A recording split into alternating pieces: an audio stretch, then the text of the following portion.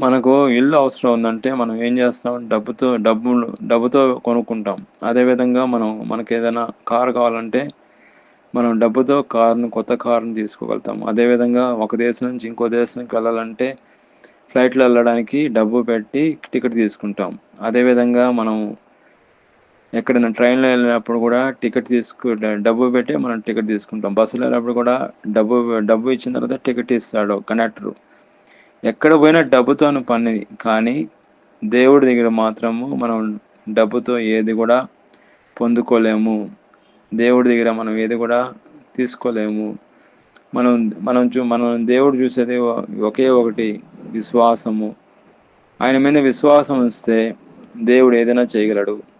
Marks వార్త 9వ అధ్యాయము 23వ వచనంలో నందుకు యేసు నమ్ముట నీ వలనైతే నమ్మువానికి సమస్తం సాధ్యమన్నాడాయన.